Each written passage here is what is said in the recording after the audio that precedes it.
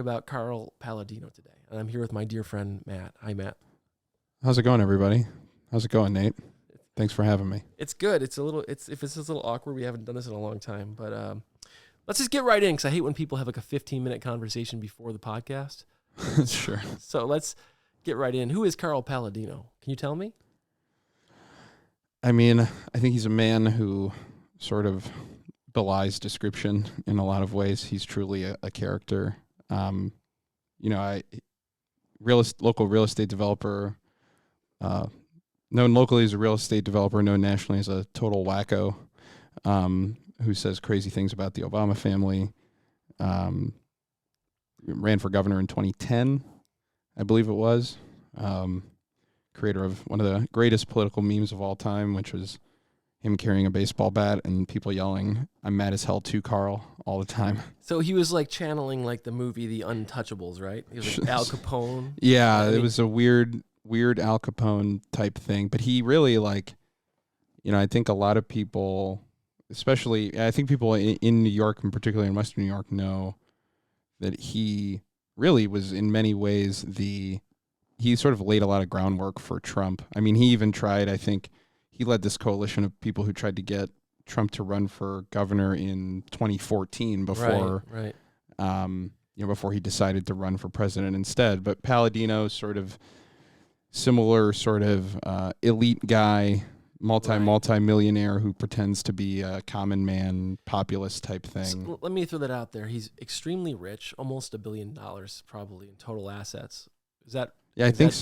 If he's pushing it, if not there already. He's just a guy in Buffalo who just owns random buildings in Buffalo. He is a bad guy. He is open racist. He says incendiary things such as Hitler was a great leader. We need leaders like Hitler. He sent out racist.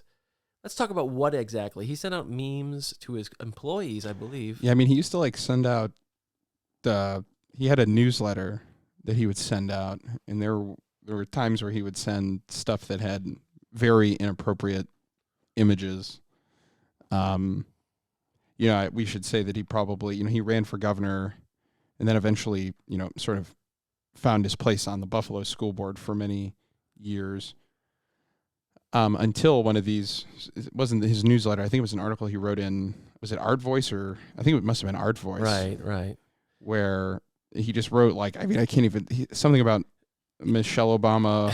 She go to a cave. Yeah, detransition and go back to being a man and live with. He's as vile as it gets. I think he's a product of the 2008, or excuse me, when was the Tea Party movement? When was that hit? It was like 09, right. Immediately sort of post Obama. So he was like part of the Tea Party movement in Buffalo, which is hilarious because the Tea Party movement was, let's be honest, it was just we hate a black president movement, and we can see that even more clearer now with history. The militia movement had died down. All that stuff had been dying down in America. Then suddenly we had a black president, and a bunch of crazy white men over 50 lost their mind.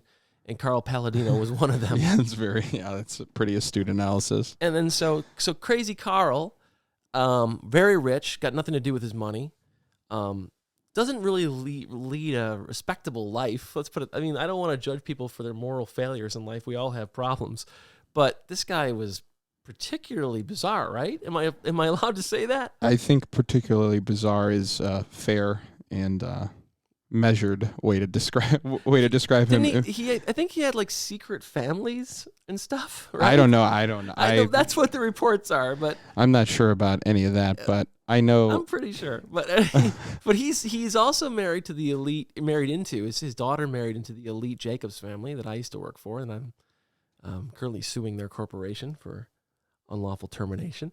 But he's part of the Buffalo elite establishment, to the extent that there is such an establishment in what's supposed to be a blue-collar, working-class steel town, but they have these couple of families. Yeah, the Buffalo Brahmin. And they live like they're kings, right? Yeah, I mean, there's, a lot of the names, whether they're street names or state park names or whatever, there's a handful of obviously the old money families that sort of lived in the city sort of, in the Delaware Park area. Paladino obviously is not, I don't believe anyway, I don't think he's connected. I mean, I doubt he's connected in any way to any of those families being from South Buffalo. But he's earned his way into them. Again, very much like Trump, right? Who Right. sort of, Fred Trump and Donald Trump were not. They were from Queens, and they were sort of looked down upon by the Manhattan elite establishment for being sort of this new money grifter type. But I mean, I don't know. Buffalo's not exactly New York City, so maybe they, want to keep their numbers high. And he's got a major chip on his shoulder. And so part of the Tea Party movement, he had these people like Russ Thompson. We'll talk about my connection to Russ in a second. They would dress up like Revolutionary War soldiers and go to events and complain about taxes. And the reason they complained about taxes, if you really ask them, which I have many times, I think I'm probably the world's foremost expert in conservative politics in rural America, running as a Democrat at least. And I would talk to these guys, and it really came down to conspiracy theorists. They would believe such things such as taxes are a Zionist scheme to control the world. Yeah, I mean, like you said, the militia movement may have died down, but sort of the like underpinnings of it in the sovereign citizen insanity, which is I love those guys. They're dangerous. They're scary for sure, but they're the way they act when they get into court is always really funny. But those sort of like underpinnings of the idea that there's some sort of globalist conspiracy that's extracting value from from like American people, where the country is a corporation and taxes are theft, all this anarcho-capitalist von Mises type craziness definitely undergirded the movement. I mean, like you said, the fact that there was a black president, I think, really kind of lit a fire under them. And then the whole John Birchers and all those folks have been around in the right wing for a long time, but they haven't. It was the Tea Party really where they sort of became mainstream. They were like, we'll let these guys make the calls. They elected officials. Newt Gingrich pandered to them, called people like Trump, who was feeding the conspiracies before Alex Jones, a hero, called him an unofficial member, representative of Congress. And so Paladino comes out of this movement, which gave birth to the Oath Keepers, to the Western New York Watchmen, to the Three Percenters, to the a Reddit, incel Mujahideen, the what are they called? The Bugaloo Boys or Boogaloo Boys. Yeah. So these guys come out, and Karl that's Karl's base, and his base is angry white guys over 50, and their children. Yeah, is that fair? I mean, yeah, it's the base of the Republican Party in most places, which is like older white voters. Obviously, like in some places, Republicans are doing better with minorities, but this isn't the type of area where there aren't any minorities in the first place, sort of in the district he's running. I mean, obviously there are some. I don't mean to erase any of you who may be listening, but statistically speaking, we are a non-factor in the 23rd district. And I care about this district, obviously, because I know many people there, and I ran in part of this district before my district that I ran in was redistricted. So I just can't believe that this guy has the potential to be the representative of all those people I care about. And I do think the Democratic Party is going to ignore rural voters, absolutely. I think they sometimes look down upon or make fun of rural voters. I think analytics feed into that because they say, well, statistically, we can't win there, so let's not spend our money there. The problem is that creates these zones where voters are neglected and ignored, and even if we chipped away a little bit at these folks and got a few of them to come over to us, I think these extremist movements would have less momentum, less inertia. And so, if you're over 50 years old and you're a white male, do yourself a favor, do your country a favor, and don't vote for the Paladinos of the world. We need you. And if it sounds like I'm making fun of you, listen, I'm not going to respect someone who believes that there's a Zionist conspiracy to take over the world in taxes. It's just not, I'm not going to respect your, obscene beliefs. I'm not going to respect Carl Paladino on the school board writing that Michelle Obama should go to a cave in Africa. Live with Maxie the gorilla, I believe is the name. I mean, it's just like completely, it's totally unhinged. I mean, but like aside from how offensive it is, it could have been offensive and racist and like sort of sane, but it was not only offensive and racist, it was also just like the most off the wall thing maybe I've ever read in my life. So when I came back to the States, almost 7, 8 years ago now, I didn't know who he was, and I ran for office. I was a small town mayor supervisor. I use the word mayor not to change the role, but because no one knows what a supervisor is outside of New York State. And I was a small town leader of this Republican town, and a lot of people I think didn't know what to make of me because I wasn't from politics.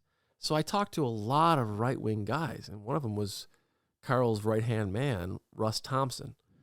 And Russ, I had a lot of empathy for him because he was a working-class guy, and we would talk about the issues about trying just to make a living and how difficult it was and how neither party respected him. And he never shared any racist or extremist views with me. But over time, those views became more pronounced. And a lot of it came because of his interaction with Carl. And he became one of Carl's henchmen. What do you think? What do you think about that? Any thoughts about those type of guys who follow Carl around blindly? I mean, anybody who follows anybody around blindly, is, people, not enough people think for themselves, certainly. But I mean, it's a real thing that certainly happens, is whether or not, and I've heard about Russ for years. I don't think I've ever crossed paths with him in person. But it's certainly true that the more you get exposed to an individual, the closer you get to somebody who may hold these sorts of views, or the more time you spend hearing about them even online. Hell, whether it's, the kid in Buffalo or half these, sort of crazy people who are committing these racially motivated, terror attacks.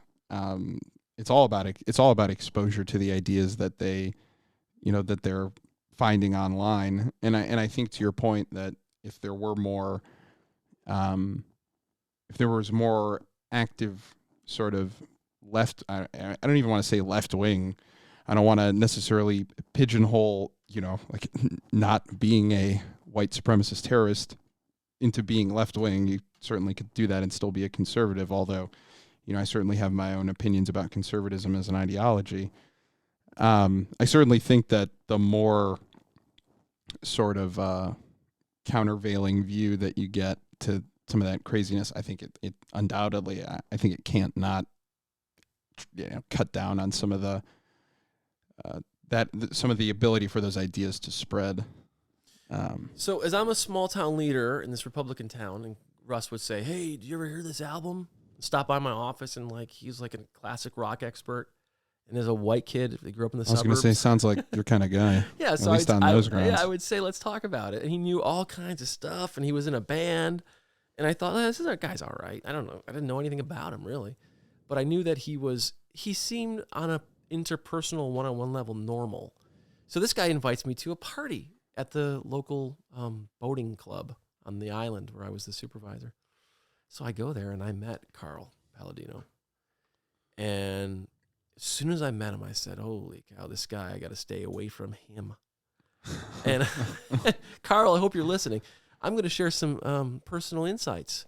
And it may be a little bit salacious, but I think it's worth reviewing. I don't think the man wears underwear. Oh, Jesus Christ. I'm sorry you bring it up. But seriously, his pants were hanging down. For a billionaire, I mean, maybe this is why people relate to him. For a billionaire, he had his pants hanging down. And his turkey-like behind was exposed to the world. Jesus. Are you mad at me for saying this? I'm not mad. I'm mad at you for putting the mental image in my head that's now. So I said to Russ, I don't think that guy's wearing underwear. And he's like, stop it. Jesus. Show some respect. And he had this dog with him. And it was like this big old slow dog. I listen, I guess to certain people, seeing a billionaire look so slovenly and just be in this local, like, middle class, working class boat club with us is appealing. I guess that's his appeal, right? He doesn't seem like an elitist, which, even though he's a billionaire and owns half of Buffalo, people think he's a regular man. And I think that's part of the reason why the Democrats fail, because they seem like elitists. And can we express that? Yeah. I mean, I think you're right in that he certainly does not project his net worth out onto the world, whether with his presentation or, I mean, really with his display of you would generally think, right? I mean, honestly, I think people on our side are less likely to believe this than people who are right wing, but right wingers would generally assume if you're very wealthy, you're probably a very intelligent person. They think one must come with the other. But I mean, Karl doesn't seem to be the brightest bulb, in the chandelier. No, he's angry. Listen, okay, this is why I wanted to do this. If you vote for him, Western New York, you are embarrassing yourself. And listen, how much more? You said earlier it'd be great to joke about. It'd be great content. Yeah, how much more content do we need? Chris Lee, right? The same region elected Chris Lee, who was on Craigslist, trolling for girls while he was in the Congress. Not a big deal, but just embarrassing, right? With his shirt off. And stuff. Nowadays he'd probably be fine. Yeah, how crazy things are now. A rich, like, compared to what's that Getz, he's an angel. Yeah, but, like, right. He's a rich white guy who had no connection to really to the people here at all. He's totally unlike them in every single way. Yeah. Well, I think the thing is, like, he resigned, and then we had Chris Collins, who I ran against, who was elected to my chagrin. Which, again, pardoned by Trump.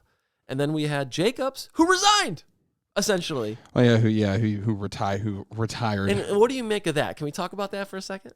Yeah, I mean, when the going gets tough, I mean, what is it? What did they say? The tough get going or something? Well, whatever the hell he did, he's not tough because he ran. He cut and ran. And, I think to take an off ramp onto Chris Jacobs just for a second. I don't think he knows what he believes in. I think the guy is purely every single time he runs for office, it's tabula rasa. It's just, he's totally, I will be whatever. I mean, this guy, I remember I went to, where did I go? I think I went to a gun shop a couple of years ago. I think it was Walcott Guns out in, like in Depew or something. And yeah, it was. And there's like a big old picture of Chris there with, like Governor Cuomo, keep your hands off our guns or whatever.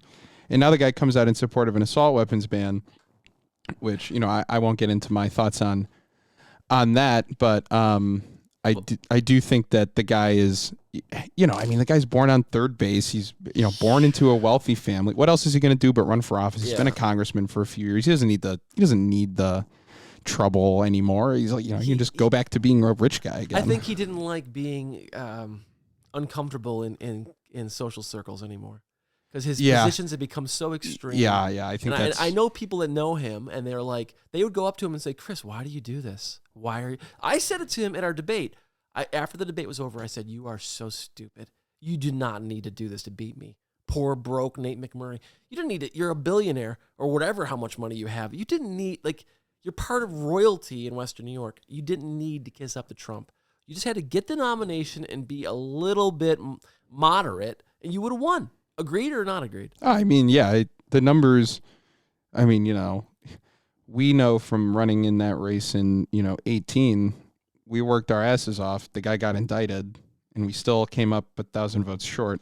Still, wake up with night sweats sometime about that one. But, I don't. He didn't have to. He didn't have to do it. He, like you said, all he had to do is get the nomination. I mean, the numbers are, you remember all the people you'd met say, "Date, I love you," and I think you might be right about some stuff, but I can't vote for a Democrat. Listen, I honestly don't ever regret what we did in any of the races because I don't know how we could have done better. I mean, we went everywhere. I could have. We squeezed every ounce of blood out of that, and that's what it was. We still lost. I mean, there was literally our signs in every inch of Western New York. Sometimes you try, sometimes you do your best, and sometimes your best is sometimes you don't win. Just the numbers don't work. I mean, I always tell people we got every Democratic vote and tens of thousands of Republican votes, and we still lost. Yeah, because that's how imbalanced it is. But anyway, Chris, I don't think he was comfortable anymore being an outcast in social circles. Yeah, sort of. Being a socialite in Western New York. I mean, the people maybe some of them. I mean, certainly they're conservative when it comes to, I think, how they want, their tax money to be spent, or how they want there not to be tax money. But I mean, on the social stuff, I mean, the party has just gotten so extreme,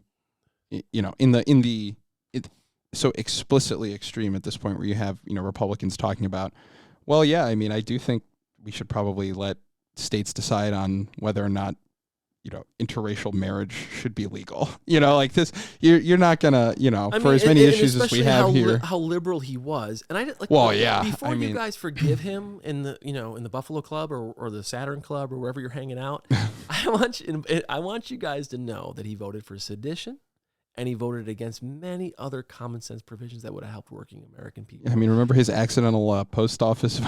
His run in Congress was embarrassing. And so if you're suddenly thinking, well, he's a hero, he's going to ban assault weapons, he called me crazy for saying we should ban assault weapons.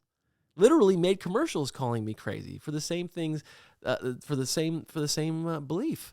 So I'm not sure if he said it by accident or if it was a smooth political move, but can I tell you one embarrassing anecdote, though? Or kind of weird anecdote? He and I are from very different social circles, agreed? Yeah, for sure.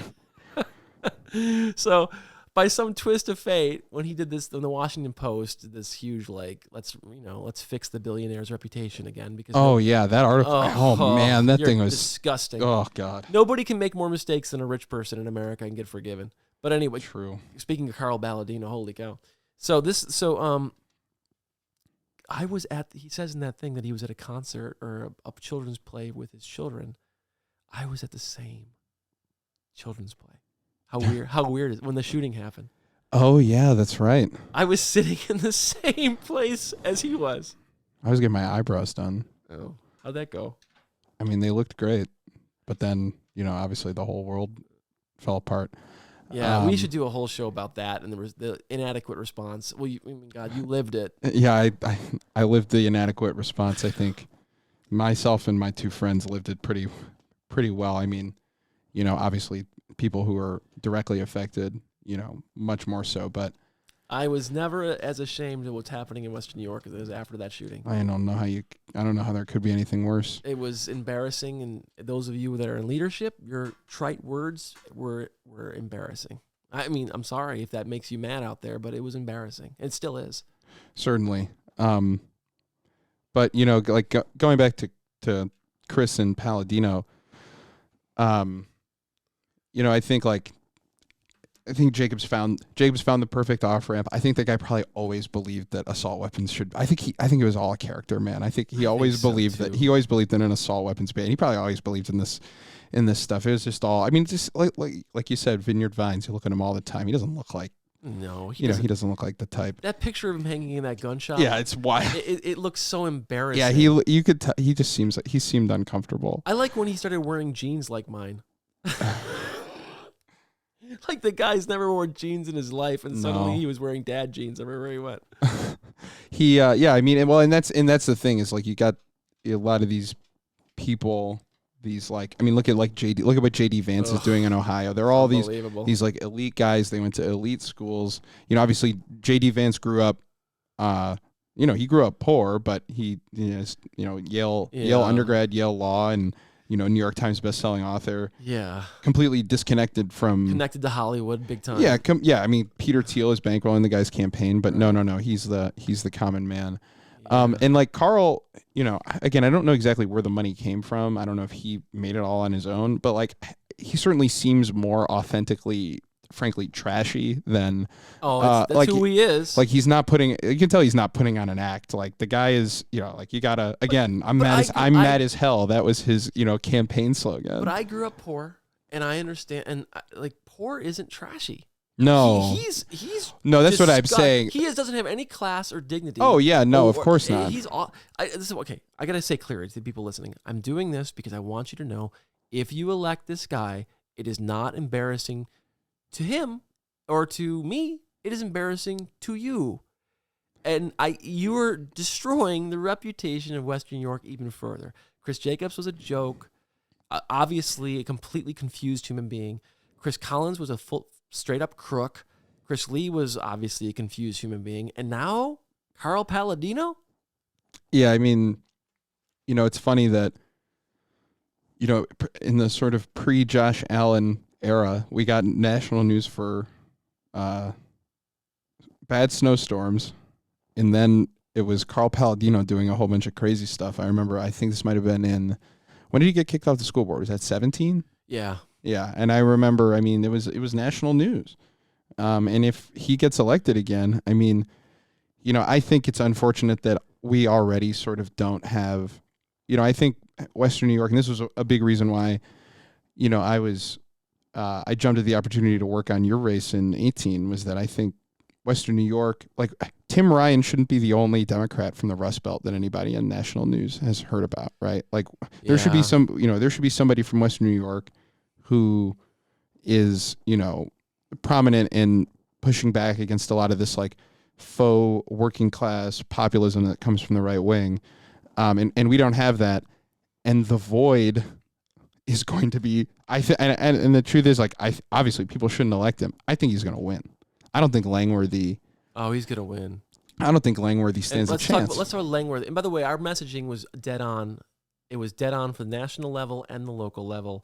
We needed support. And I still think it's dead on because it's what you and I believe in. We believe in working people. That's it. Yeah. And doing things that help working people. And you don't have to always try to appeal to the lowest common denominator either. Never. But Langworthy. So Langworthy is this little guy, and I'm not making fun of his height, but he's a little guy. So is KKarl, but they're, how can I describe him? I'm trying to describe the way he looks because his look is pronounced. It's a look. It's a look.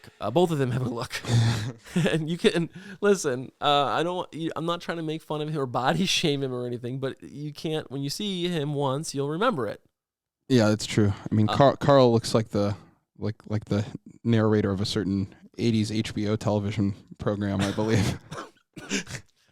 Listen, I don't know what you're talking about, but I can guess. But like, Langworthy. I think it was called Tales from the Crypt. If you asked an AI, they have all these AI compositions, what a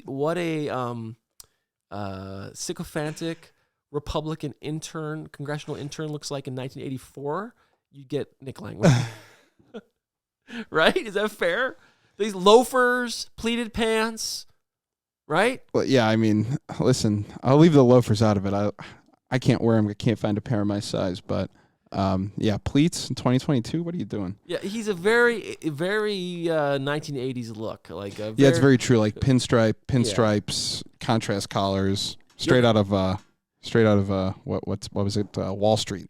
Yes, Michael Douglas movie. I've met him, and unlike KKarl, who is shocking in his appearance and demeanor and his attitude, Langworthy actually seems nice. But let's not make a mistake. He's the one who brought us all these horrible people. He was the head of the party machine. He's Erie County Republican chairman, Erie County GOP chairman, and now I believe he's still the state. He's the state chairman. He's still a state party chairman. Yeah. And he also is the one who has all these private businesses that do like these horrific political advertisements, doesn't he?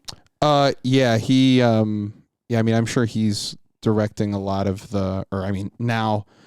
now it's probably harder for him to do because obviously he's like bound by different FEC rules because he's a federal candidate. But I'm sure before he was, involved with all these with like Chris Grant's firm, like Big Dog Strategies, running all these like insane independent expenditure ads and stuff like that. Yeah, the Michelle Shoneman wants to give your kids a safe place to shoot up heroin on your street corner. Who's that wonderful he did these horrible ads for lots of people, but a lot of skullduggery type. He is a trickster and a dirty operator fully, and he's no saint.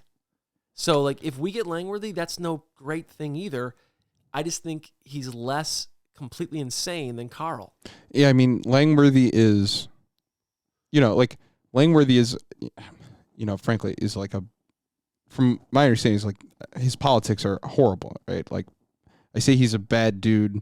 I don't know him personally, so I don't want to say he's a bad person, but I don't really care. He's more ostensibly normal than, right, than, exactly. than He's Paladino. less, he's less offensive as a character as Karl, and certainly him getting elected, because if Langworthy gets elected in this district, he's going to fade into the background and be a complete nobody in Congress. Nobody's going to care about anything he has to say. He'll be a machine guy. Yeah, he'll just be there doing whatever Kevin McCarthy wants. Probably getting a little grift here and there. Oh yeah, I'm sure. Whatever Trump wants, whatever Kevin McCarthy wants, he'll do it. But like Karl's gonna make Marjorie Taylor Greene look normal. Well, yeah, exactly. He's gonna be right up there, and I'm sure he'll be in the America First caucus. He'll probably be speaking at, a Nick Fuentes convention relatively soon. His children don't even want him associated with the company he founded. That should tell you guys something. Yeah, I remember I went to high school with, I don't know exactly how they're related, but I know they're related. And I remember after the letter came out, like, I remember him posting something on social media being like, yeah, we don't really like him. He's just, right. Like, this is not, we don't agree with this kind of stuff. Listen, it's like Mahali's entire family. Where is the Democratic Party? I don't see much opposition. I mean, why? It seems like the only one really talking about Paladino is me. I don't know. The truth is I haven't followed the like ins and outs of the race super closely, frankly, because of sort of your reference to what went on in my own regarding my own career a couple months ago. So I don't know I think Max Delapia is running again in that district. And I've reached out to Max and say, listen, if anything I can do, because at least I can draw a crowd. I'm more than willing to help. Sure. But there's no response. I think that sure. I'm a little bit too progressive, but maybe I'm wrong. I mean, I don't know what that means when people say I'm too progressive, because what does it mean? It means you're against healthcare for everybody? Yeah, it means you're against like reasonable gun safety. It means, what does it mean when someone says you're too progressive? Can you tell me one of my beliefs that's too progressive? I mean, I don't know. You and I disagree on, the most I'll say is you and I have varying opinions for different reasons on the gun stuff, but yeah, because I don't think you're a person of color that has a different perspective on certain issues, and I respect it. Yeah. No. And I respect that, we can disagree on it and not. I think your gun stuff comes from the idea that, like, and if you don't want to get into this, we don't have to. I think basically it's from, the idea of personal safety, right? Yeah, it's a community defense thing, really. That's really what it's about. Talk about you mentioned the militias, and as a brief aside, but, after Trump got elected and those people became emboldened, I'll say it changed my view. I had a few like interactions here in the city at protests and things like that made me sort of think like, they're armed, why aren't I armed? Yeah, it's like, listen, if the stuff hits the fan, do you want the bad guys to be the only people with those things? I don't. Maybe I'm not. If I could snap my fingers and I tell people all the time, if I could snap my fingers and create a world where, like, if I could snap my fingers and there were no guns, of course you'd be insane to think there should still be guns. If you could wave a magic wand and get rid of them all, yeah, of course. So I'm attacked by a lot of the Antifa kids all the time because I'm too much of a pacifist, and they say, "Oh, you don't understand the world we live in." Maybe that's the case, and maybe I'm from a more privileged era. I'm from the era of, like, I traveled the world and get to see things before, like, there was no opportunities for young people. I'm not trying to laugh at it. I just think the world is much more difficult than when I grew up. And I got to live in countries that have reasonable gun safety, and I don't know why we live the way we do. It's just insane. It's just no other country would tolerate this type of insecurity constantly. And that's where I come from on it, is my experience living overseas in Europe and in Asia. I get where you're coming from on it, because on the campaign with me, I saw you would receive direct threats, when you were out with me, or people would, just treat you differently. So I get it. Yeah, I mean, and like you know, after Trump won for a while, I put like an upside down American flag on the front of my house, and I don't know who put the note on there. I have like a distinct feeling it was a Buffalo police officer, because there was a night a cop car was pulled over with its lights in front of my house, but somebody left let's just say they left a note on my door. And so that was. I think we're going to a very difficult time, and all that stuff scares me. Maybe we can have a discussion all about, Would love to. Civil war. I mean, because that's what if that's what people are talking about now, and it's terrifying to me that our country's become that divided, and it seems like we still haven't healed the wounds from the first Civil War. But I will say as a warning to all you guys who want revolution, why don't you look up the history of revolutions in the United States and how well they do not go?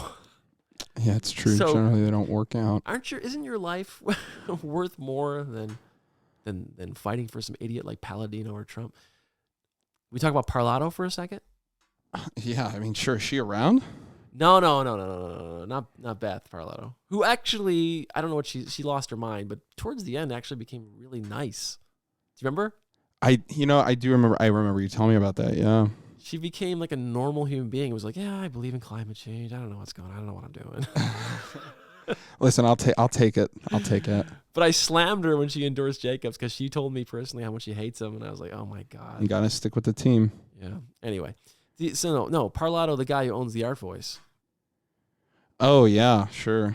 So that guy, like he's another one of these. Like Parlato probably is going to be so terrified that I'm talking about this, but talk about a scary dude. So he bought the Art Voice and he uses it. Art Voice used to be this progressive paper in Western New York that I grew up with. Oh yeah, go ahead. I'm sorry. I'm younger than you, but I remember even when I was a kid that it was, sort of like the artsy. I know it's called Art Voice, but it was sort of, where you would go to find like alternative stuff that wasn't necessarily, it wasn't like a mainstream. It was highlighting the more underground stuff that was going on here in the region. Like when the Inner Circle Orchestra is hitting Nietzsche's. Yeah, right. Yeah, exactly. Yeah. or when 10,000 Maniacs is going to come back to town. Or the Goo Goo Dolls.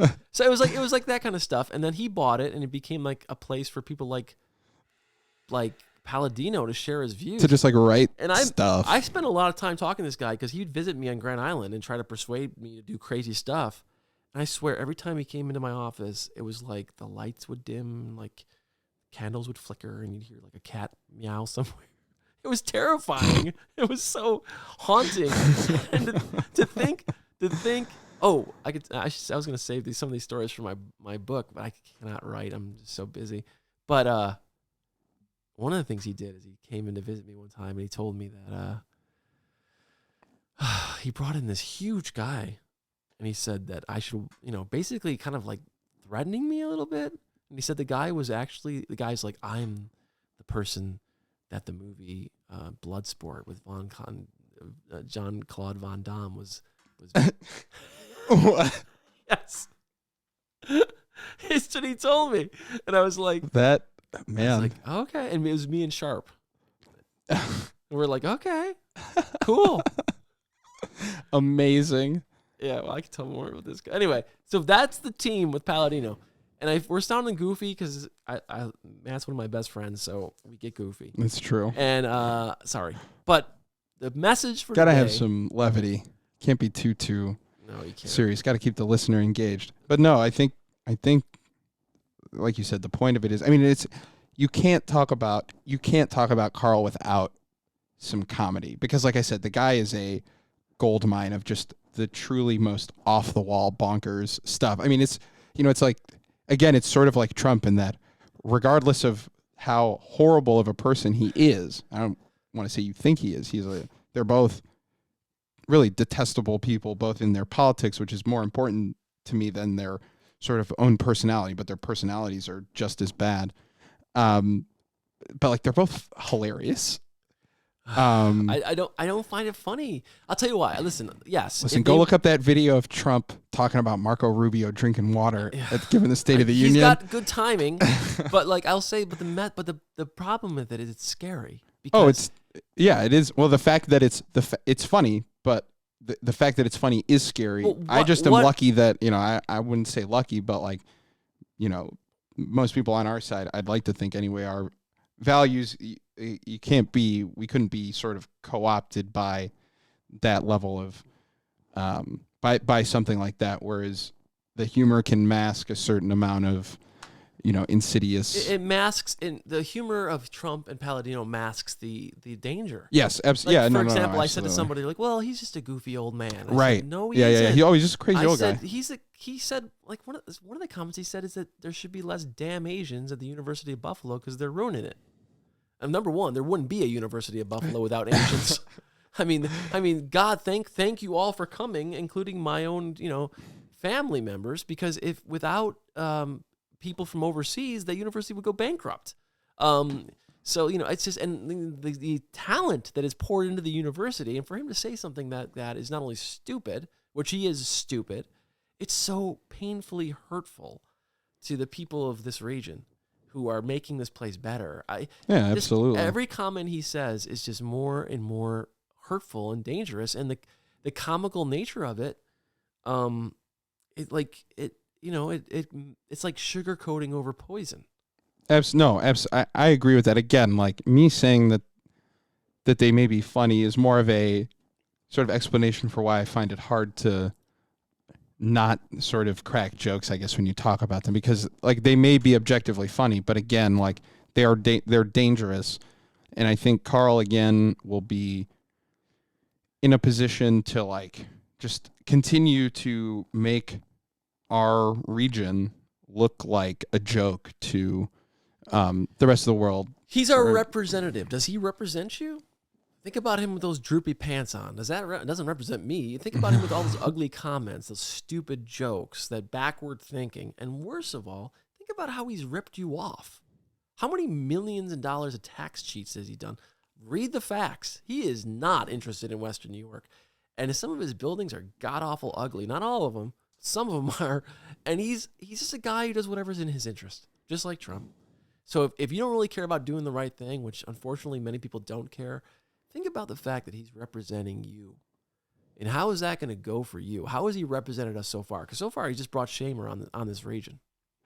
Yeah. No, I mean, I think that's the takeaway. Don't continue to let him, shine a negative light on us. This is a great place, and there's a great future ahead for Buffalo and Western New York more broadly. But, if we keep sending these type of clowns, onto the national stage, we look like clowns. We look like clowns, exactly. So I invested in this studio I built before, and I put like soundproofing up. It wasn't great. So now I have this new space, and I think I get better. And that podcast I was doing before, it became. Listen, I have a tendency to be, absurdist with my humor, yeah, that's true. And I think this is a better setting. It's more. What do you think? I like it. Maybe I can get some bigger headphones, but I feel like I'm wearing like Walkman headphones from like 1985. I think you are. It's like old Koss Porta Pros or something like that. But we have good mics now, though. No, the sound is great, and it's an awesome space. I like the vibe a lot. So what should we do? For headphones? Can you help me pick out headphones so I can get? Yeah, I'm glad the listeners are gonna hear us talking about this too. But yeah, I'll send you some links. All right, thank you guys for listening. I'm going to try to do this more with Matt. He's more free to speak, right? You're able to speak to me now? Yeah, at least in the moment I'm working for a Democratic firm that's out of state. I work remotely, so I'm no longer bound to the opinions of people who don't want to share their real opinions, I should say. And listen, I'm working now as an attorney. We're doing a lot of civil rights cases and stuff, and it's the best I've ever felt as an attorney. It's the least money I've ever made, but it's the best I ever felt as an attorney. And the words of Malcolm X, I've learned the hard way. He said, "Don't work for your enemy." And I've learned that. It's working for people that I care about has been really rewarding. So I can speak freely for the first time, really, in my in my adult life. I don't have anyone no corporate overlord. Yeah, huh? I don't have to. I never really did, but I always felt the pressure, like, oh, I'm in trouble tomorrow. Yeah. So. All right. Anything else? No, I don't know. If anybody wants to, I'm trying to reactivate my real Twitter account with my name on it. You'll never know the secret one. But I'm at MT Deering on Twitter if you want to read my occasional thoughts on things. He's the smartest. He is the smartest. I'm not just saying this because he's my buddy, but he's my buddy because he's smart. Like from the get-go, this guy is so darn smart and insightful, and he reads everything. And I'm proud to have him on here as long as we got him. So yeah, I'm happy to be here. All right, listen, I'll talk to you soon. Yeah, absolutely. All right, thanks.